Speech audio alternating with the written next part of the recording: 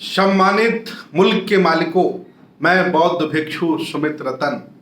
पहले देश भारत में कहावत थी कि रानी के पेट से राजा पैदा होता है। धीरे धीरे ये कहावत बदल गई। बाबा साहब डॉक्टर अंबेडकर ने भारतीय संविधान बनाकर हम लोगों के माध्यम से, आम जनमानस के माध्यम से, वोटों से प्रधानमंत्री, मुख्यमंत्री, एमपी, एमएलए अर्थात राजा बनाने की परंपरा शुरू हुई। जिसका वोट ज्यादा होता था वह अपना एमपी, एमएलए बना लेता था। लेकिन वर्तमान की राजनीति में एक नया चलन चल पड़ा है जिसे सब अपनी अपनी आंखें बंद करके देख रहे हैं, महसूस कर रहे हैं, समझ रहे हैं, लेकिन इसके खिलाफ कोई बोलने को तैयार नहीं है। वो बात यह है कि वर्तमान की राजनीति में धन का दुरुपयोग, धन का चलन, पैसे का चलन। मैं आपसे पूछता हूं, देश भारत का ईमानदार प्रोफेसर, देश भारत का ईमानदार प्राथमिक स्कूल का टीचर, देश भारत का ईमानदार इंजीनियर, देश भारत का ईमानदार पत्रकार, देश भारत का ईमानदार पुलिस वाला, देश भारत का ईमानदार फौजी और देश भारत का ईमानदार किसान, क्या वर्तमान में कभी एमपी, एमएलए हो सकता है? नहीं। चर्चा होती है कि एमएलए का चुनाव लड़ने के लिए कम से कम 10 करोड़ चाहिए और एमपी का चुनाव लड़ने के लिए कम से कम 25 करोड़ चाहिए। देश भारत की बहुसंख्यक आबादी हक वंचित असहाय कमजोर अभी धनवान नहीं है। बड़ी मुश्किल से संविधान के बाद आपको आरक्षण मिला, मान सम्मान मिला, पैसा रखने का अधिकार मिला, इज्जत मिली, शौहरत मिली, पढ़ने लिखने का अधिकार मिला, तो बड़ी मुश्किल से अब कोठी, मकान, दुकान, गाड़ी, घोड़ा तक आपने बना पाया था। लेकिन कहां से लाओगे 10 करोड़, कहां से लाओगे 25 करोड़?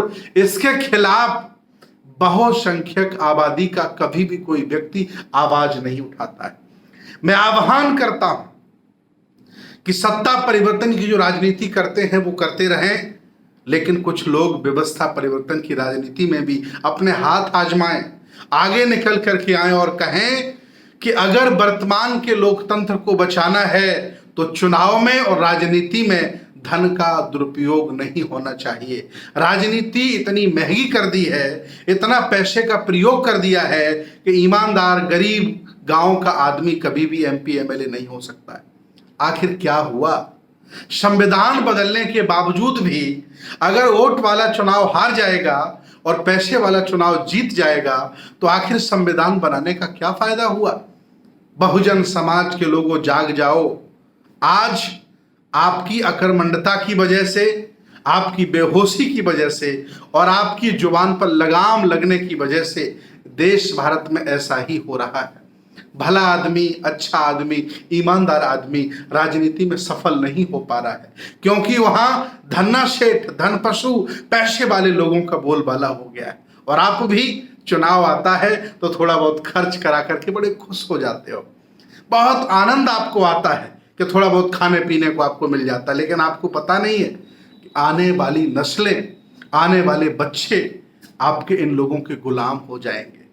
धीरे धीरे लोकतंत्र खत्म हो जाएगा, राजशाही आ जाएगी, फिर रानी के पेट से राजा पैदा होने लगेगा। भले ही संविधान भारत में बना रहे, लेकिन आज भी देश भारत में ऐसे जाने कितने परिवार हैं, ऐसे जाने कितने रुतबेदार लोग हैं जिनके बेटा पैदा होता है तो पहले से तय होता है कि वो एमपी होगा, एमएलए होगा, मुख्यमंत्री होगा। संविधान बनने का क्या फायदा हुआ? आपके सोने की वजह से, आपके अकर्मण्य होने की वजह से, आपकी बेहोशी की वजह से धनवान लोग बहुसंख्यक वोटों की बिक्री कर ले रहे हैं। आप कुछ कर नहीं पा रहे हो। मैं एक बौद्ध भिक्षु हूं, मुझे लोकतंत्र अगर बना रहेगा तो हक वंचित असहाय कमजोर लोगों को मान सम्मान मिलता रहेगा। अगर ये लोकतंत्र नहीं बचा तो सम्मान नहीं मिलेगा और फिर हक अधिकार भी आपके छीन लिए जाएंगे। जहां से बाबा साहब आप उठा के आपको लाए थे वहीं आप पुनः जाने वाले हैं। इसलिए चर्चा करिए, जहां आप रहते वहां बैठिए, जहां भी आप रहते हैं चर्चा करिए कि वर्तमान की राजनीति में जो धन का प्रयोग हो रहा है, ऐसा लगने लगा है कि बहुत कोई रईस व्यक्ति होगा वही एमपी, एमएलए होगा।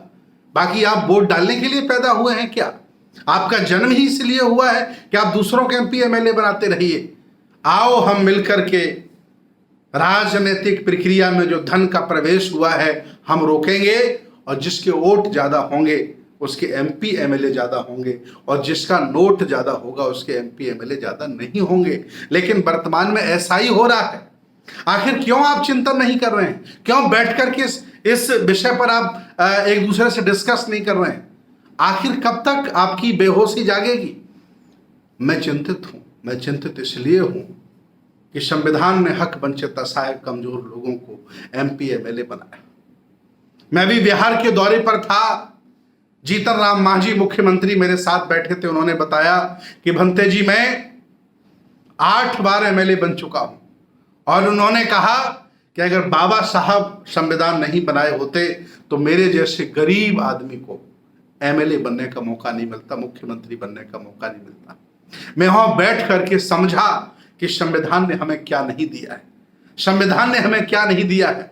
लेकिन आज तुम्हारी आंखों के सामने सब तुम्हारे हाथों से छीन लिया जा रहा है। राजनीति में इतना ज्यादा पैसे का चलन हो गया है। मैं मानता हूं, अगर आप ये स्वीकार करते हैं कि धनवान लोग राजनीति करें, तो जिनसे आप लड़ रहे हो उनके बराबर कभी धनवान आप नहीं हो सकते हो। आपका चरित्र न्यायिक है, उनका चरित्र न्यायिक नहीं है। आपके मन में दया है, करुणा है, भाईचारा है, सील है। दूसरे का हक जब आप छीनते हैं तो दर्द होता है।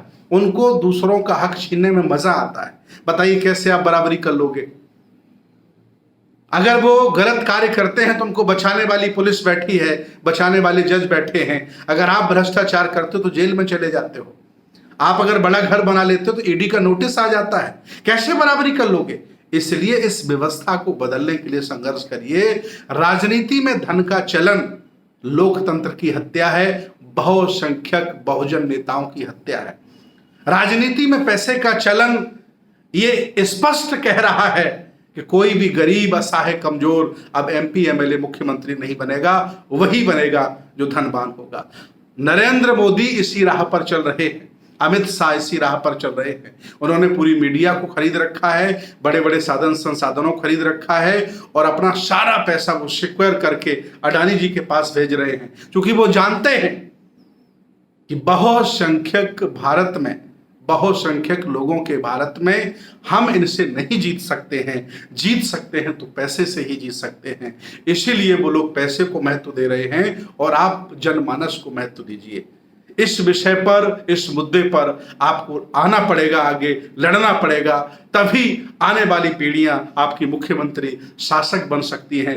नहीं तो ऐसे ही चक्कर काटते रहिए, कुछ हाथ लगने वाला नहीं है इस वर्तमान की राजनीति में। बहुत बहुत धन्यवाद, बहुत बहुत साधुवाद।